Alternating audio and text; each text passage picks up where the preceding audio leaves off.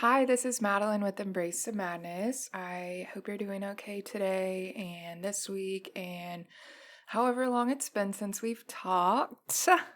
Today's just been kind of a weird day. I just woke up and was kind of tired, and then it kind of just has been weird all day, but I feel like maybe that's just how some days are, and I just have to try to stay grounded and keep doing stuff. We are going to the Smoky Mountains this weekend, and so I've been trying to pack everything, make sure I'm ready to go mentally, make sure I record this episode for Friday, la la la, stuff like that. And I'm a really last minute person, so it's just been a whole making a list, making sure that I do it. I just get lazy sometimes and I don't know. But yeah, I think I'm pretty much all done. This is like the last thing that I needed to do today, and I kind of just had to wait for uh the maintenance people were leaf blowing today, so it was kind of loud. But it was good. It gave me time to do stuff. It gave me time to just make sure I got ready and stuff. So, last week, if you had a chance to listen, we talked about being alone, what that kind of means, and why it's kind of an important checkpoint to get to so that you can be happy with yourself and live a happy, healthy life and all those things. I kind of shared my backstory a little bit and my journey with being alone and learning to be okay with it and then actually falling in love with it. So, yeah, going from being like my only roommate to moving in with my sister and getting a boyfriend like at the same time, it was just like, oh, well, you want to be alone? Try this. So, you know, it's just been a thing. But everything's great. I'm figuring out how to get my quality alone time in other ways and learning to be okay because I feel like ultimately you can never like be alone forever. And it's nice because we think that we can control our environment that way, but life is full of variables and we're gonna have to learn how to get along with others and yeah, all those cool things. So, when I was thinking about what I wanted to talk about this week, I was thinking about kind of, I guess, a different tangent from being alone and being okay with that, but also in quarantine, I'm pretty sure, at least from my perspective, I'm thinking of things like, okay, well, people are working these jobs and they don't really have time to tend to their life. I mean, I worked maybe like 30-ish hours, maybe 35. And I mean, it's not really an excuse, but I didn't really tend to my life. Like, if you listen, my apartment was a mess from moving, and I hadn't really taken the time that I needed to get things in order. And so, being in like this kind of lockdown gave me time and gave me space to do the things that I needed to do. Well, I'm lucky because that's kind of just how my mind is. Like, if I find a challenge, I want to address it and I want to get through it and get over it. But I have to realize that not a lot of people share that. It's probably like 50-50. And so getting things done and getting things accomplished and getting to things that you've been avoiding might not be like someone's idea of fun, or it might not even be possible with the way like their mindset might be.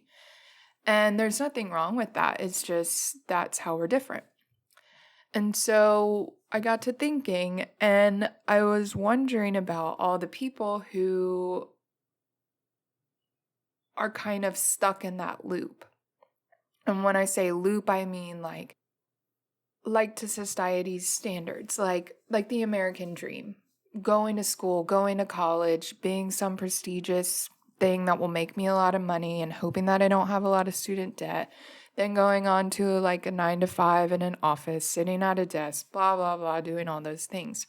Well, I feel like it's really easy to get caught in that lifestyle because that is kind of what our society is training us to do. I mean, you see in TV shows, like, that's just what happens. You just go get a job, have a job that you hate, blah, blah, blah, blah, and have a family, and then you live, and then you die, and like, that's just normal. But the way I see it now is like, that's not real. And I could have a different perspective, but in my eyes, like, that's not a life that I want to live. But I have to remember that so many people think that that's what they're supposed to do. And so I feel like maybe with the quarantine, everything kind of stopped and we couldn't go to work anymore and we weren't making any money and we couldn't go anywhere. And previously, where we were kind of distracted and busy is probably the best word, busy working, busy making sure we had what we needed to go to work and blah, blah, blah, blah. But now we're all of a sudden like at a stop and we're not busy anymore. And I feel like this would have to be prime breeding ground for, well, what's going on? Like, what are we doing? And I think probably the biggest thing is like all these questions like, why can our hospitals not handle this? Why didn't this get handled differently? Just so many things pop up. I have to be careful because sometimes my brain will just go crazy. I feel like this has been completely illuminating what is wrong with our current society and just really highlighting those things that we have been too busy to deal with. The fact that, I don't know, fucking most of our countries in the service industry and they don't have jobs now and their lives are on the line, and why these nurses and doctors are just getting railed and they're just like so busy and so overwhelmed. These hospitals can't even handle any of this. And it's just like, holy shit. I feel like everything, like primals come out, everybody is like fear buying everything. I still tried to go buy toilet paper and paper towels, and it's May, so it's been at least 2 months. And 2 stores were still cleared out of toilet paper. Like, it's just, this whole time has really been illuminating for me, but I think for everybody, just of like the current reality that we are living in that has been previously easier for us to ignore and forget about because I got to go to work. I feel like with all of those things that are kind of coming up, your reality is getting questioned. And you're like, well, what's going on? Like, why is this so? Well, one, then you start thinking about like how fucked up it is that our government is where it is. And we are just like, dude, I just want to live a free life, be taken care of, have insurance, have a place to stay, like an equal chance at life. And I think that's what we all deep down want out of this human experience. But we realize who's actually in control and that their priorities are completely skewed and they don't align with our priorities, even though this is supposedly a democracy. And I don't mean this to get political, and I don't mean for this to like sound like I'm shitting on anything, but these are just all the things that kind of went through my mind when I started realizing the truth about our existence. And I mean, I learned this before the quarantine, so I feel like I'm blessed in that I didn't kind of just have this rude awakening just like fall into my lap. But yeah, just like realizing all of these things and realizing that there have been a lot of illusions and a lot of smoke and mirrors, and like we're just now finding out the truth, and it's heartbreaking and it's earth-shattering, and frankly, it leaves me a little aggravated. And I have to be calm and patient and breathe. But I can only imagine what it would be like to have this experience during the quarantine, because it's like our whole existence has shifted and all of our priorities have shifted, and things are never going to go back to the way that they were. And I don't know if that's a good thing or a bad thing, but I mean, I always like to think that evolution's happening in in its usual course, and we make advancements, and even though it looks like we're going backwards, we're still going forward. So I'm at least trying to think about that.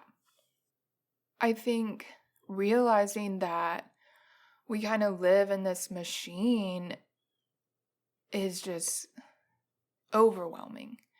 And you feel like you have no control, and you feel like you are trapped and you can't escape. And so it's tough and it's scary. And what's even scarier is realizing that this distraction is on purpose. I was reading something about I follow this Instagram marketing subreddit, and it just kind of has like things for people to keep in mind when they're on Instagram, and just kind of like maximizing their influence and stuff like that. Because, a girl's got a podcast that she's trying to get out in the world. But anyways, so it was talking about kind of falling into the algorithm of like getting noticed. And it was talking about using videos and those being like really big because they keep people on the app, and they keep people buying things like in terms of like advertising or whatever. And they favor those things that are going to hold people's attention. And why do you think that is? So that we aren't aware of any of these truths, so that we can go back to being a part of this machine and using our God-given talents and gifts to make money for some corporation. And it really just breaks my heart. Like, that's probably the biggest emotional takeaway that I get from realizing all of this. I get angry for sure, but I think the anger comes from feeling like I have no control. It just really makes me sad knowing that humanity has taken that direction, and I feel like it's probably like the collective working through its ego and things like that. And so it makes sense, but I don't think that that makes it okay. Realizing that we are stuck, and we've been stuck in this dream, and we've had all of our power ripped from under us, like they got us. But I think that we have a special power when we realize that we're all one. And I know that kind of seems like a little like off top. I don't know. It kind of just seems like a jump. I was trying to think about what my spiritual awakening kind of process was like. And I'm not really sure specifically. Like, I didn't really have, at least I don't remember having like a light bulb moment. I just feel like kind of over time it happened. But I do remember a few years ago just like really finding out like the truth about our country and politics and global politics and all those things, and realizing that money was the main motivating factor, and like it's just yuck. But anyways, I think I kind of turned to Buddhism, and I don't really even remember why. It just kind of just started happening. And I never practiced it, but I did read a little bit about it. And I mean, actually, a lot of the books that I have, I really got into like mindfulness from a neuroscience perspective. And so I think that kind of led me into the Eastern philosophy. Like, I remember this really cool book, The Practical Neuroscience of Buddhism, and it was very sciencey. but it also confirmed a lot of the practices and principles of Buddhism. So I think it was just kind of like that was my bridge. And then I started opening my eyes to all of that philosophy. And I think a lot of it addresses all of this and all of this chaos and recognizing that reality kind of has to have this balance of good and evil. And like, this is really just only in our human form, but even that, realizing that we are more than just our human bodies, like, that's fucking crazy to think about too. I never believed in God. Just learning that there is this huge energy that we are a part of, and trying to reconcile all of this evil in the world and not just kind of fall to my knees because everything's evil and sucks and this human experience sucks and blah blah. Because I think for every bad and evil thing that there's a good and loving thing. And I think that our human experience only lends to these quote unquote evil things because it's like simply that. Like, as humans, we are in survival mode because we're animals. And we've talked about this before. And naturally, we are just trying to promote our survival. But it just gets a little wonky because not everything's out to get us and not everything's out to hurt us and all of these things. And so I think for me to kind of reconcile all of those things that I realized and all of my illusions that had gotten shattered, it really, really helped me to think about my true essence. And that is like oneness. That is being a part of something greater. And it's a whole lot easier said than done. And I can only imagine what it's like to go through these things, not having a spiritual kind of affinity for all those things, and not being willing to dig deep where it's dark and scary. And I guess I have to be proud of myself in those moments because that is really hard work and that is really tough. And for most, I don't think it's that way. And so if you are going through these things and are realizing that you hate being alone and realizing that the world's not what you thought it was, like, I'm totally sending my heart to you and totally sending you healing and love and big hugs. And I think that probably a really intense part of this is also realizing that we're going to die one day. And I know that sounds pretty grim, but that's enough to fucking get 30 Netflix subscriptions about, Like, nobody wants to think about death and nobody wants to think about the fact that we are only here for 80 plus years. Because it's hard. It's hard. It's hard coming to terms with the fact that our existence as we know it could come to an end at any moment. And I totally recognize that. I also feel like that kind of life is not fun. And that kind of life, a distracted life, is not fulfilling and enriching. And I've said it before, but like, I don't want to wake up when I'm 80 years old and realize that I didn't do the things that I wanted to do and I didn't chase the dreams that I had, and all because I was scared to die. And then it's like, okay, well, now you gotta die. And then it's like, well, cool, I just spent all this time doing nothing.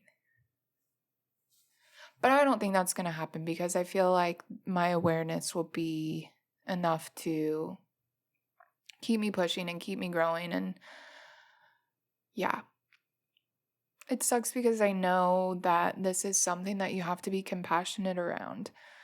Because, I mean, we're all the same and we're all afraid of impermanence and death. But I think the more we can accept that as a reality and get comfortable with it, then, the easier it'll get. So I kind of didn't really map out this episode because I didn't really know what I wanted to talk about. Like, I know that it's got to be really hard and groundbreaking. Wait, I don't think that would be the right word to use. Earth-shattering to have all these realizations, but I didn't really know what was going to come out. But it seems like I've got at least 20 minutes out, so that's good.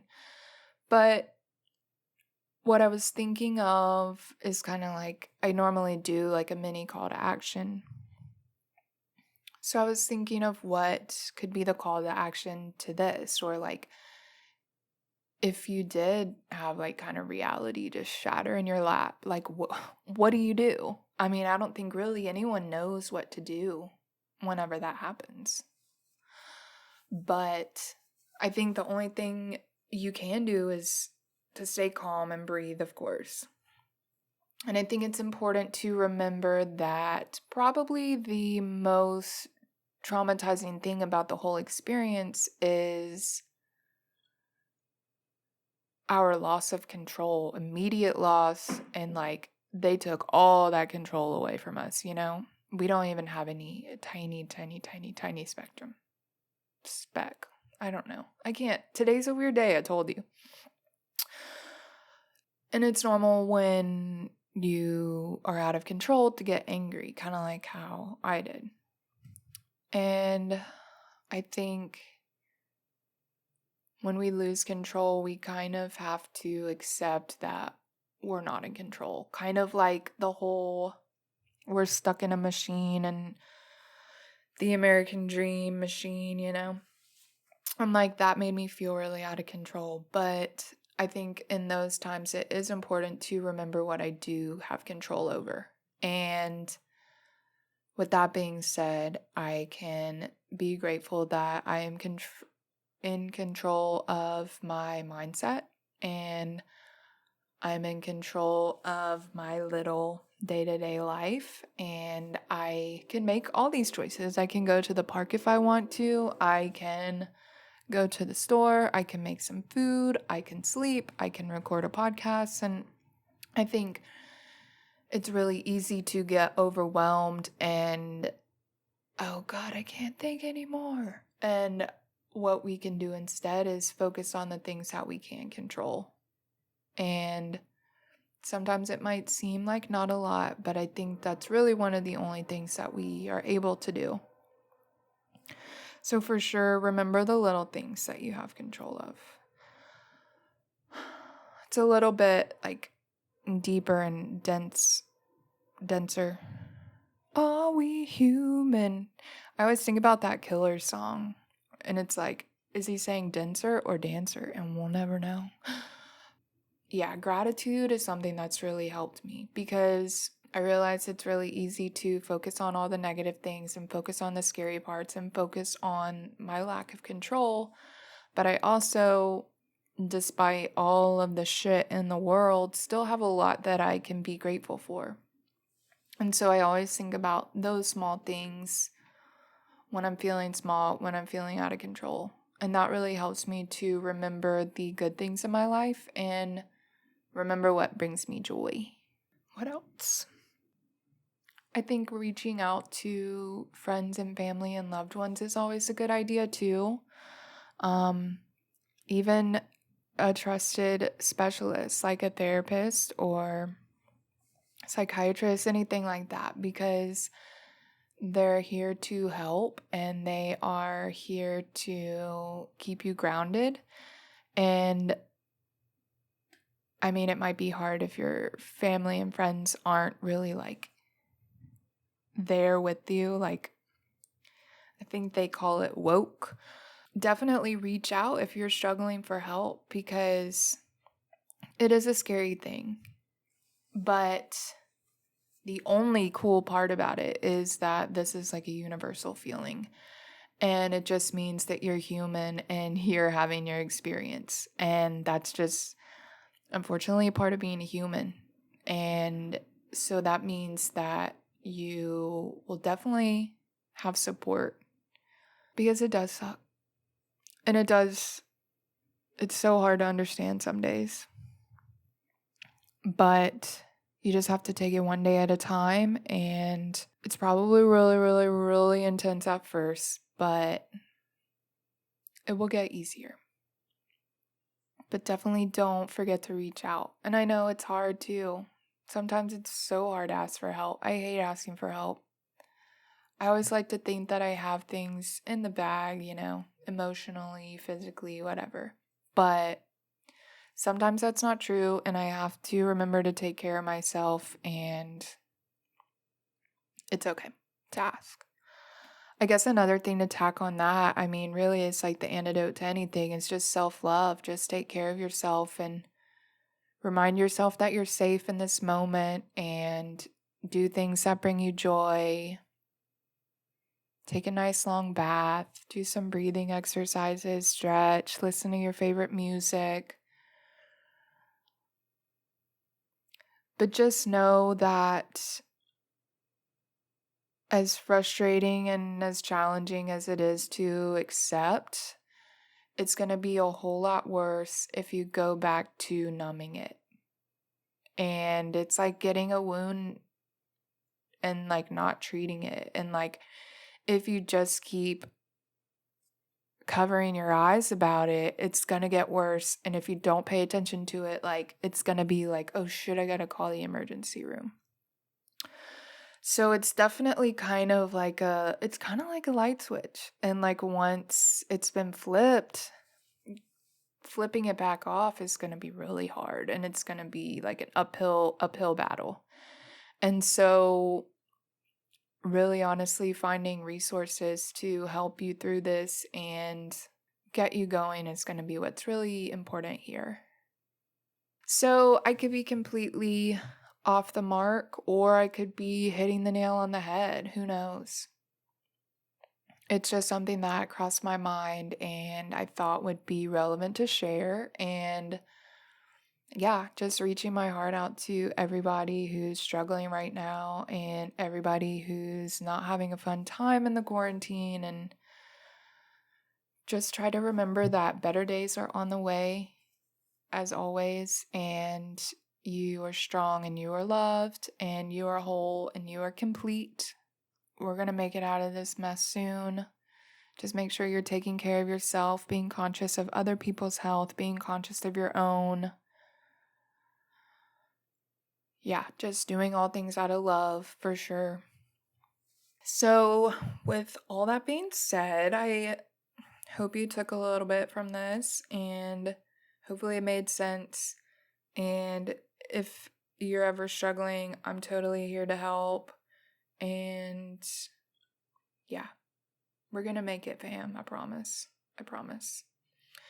So next week's going to be super cool, and I have to figure out logistics, but my friend Dwayne is going to be joining me on the podcast, and we're going to talk about expectations.